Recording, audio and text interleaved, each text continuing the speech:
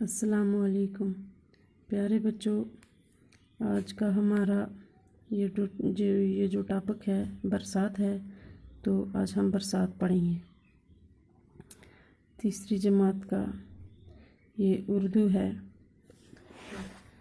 ہم یہ نظم پڑھیں گے آج۔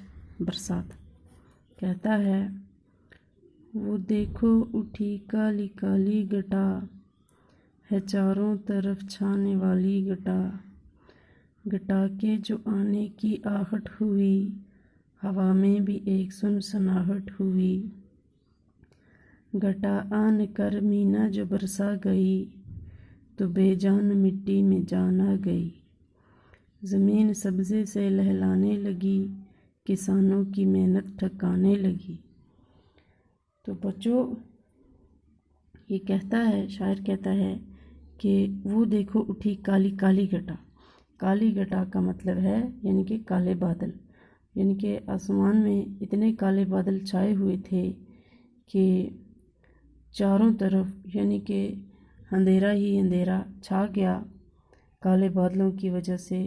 جب آپ نے دیکھا ہوگا، جب زیادہ آسمان میں جب بادل چھائے ہوتے ہیں تو بارش آتی ہے، تو ہوا جب اس کے ساتھ ساتھ بہت زیادہ ہوا بھی ہوتی ہے، تو ہوا سے یہ تمام ہمارے درخت وغیرہ جو ہوتے ہیں وہ ہلتے ہیں اور ہمیں بہت ساری ڈراؤنی آوازیں سنائی دیتی ہیں۔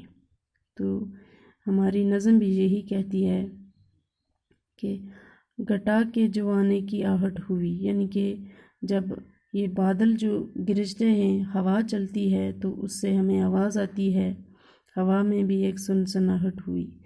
آہٹ کا مطلب ہے، آہٹ کہتے ہیں پاؤں کی آوازوں کو۔ تو یہ جو سنسناہٹ ہے، سنسناہٹ ایسی آواز کو کہتے ہیں جو ہوا کے چلنے سے پیدا ہوتی ہے۔ تو دوسرا ہے لہلانا۔ لہلانا کہتے ہیں سبز یا درختوں کی ڈالیوں کا ہوا سے ہلنا یا جھومنا، تو اسے کہتے ہیں۔ پھر گٹا آن کر مینا جو برسا گئی، یعنی کہ جب بادل چھائے ہوئے تھے تو اس کے بعد آپ کو پتہ ہی ہے کہ بارش ہوتی ہے، تو اس کے بعد بارش ہوئی تو بے جان مٹی میں جان آ گئی، یعنی کہ مٹی جو ہوتی ہے، جب بارش نہیں پڑتی ہے ہمارے یہاں بھی، تو آپ دیکھتے ہیں کہ بہت زیادہ خشکی ہو جاتی ہے۔ ہماری زمین بھی یہ چاہتی ہے کہ بارش ہونی چاہیے تاکہ زمین جو ہے وہ تر و تازہ ہو جائے۔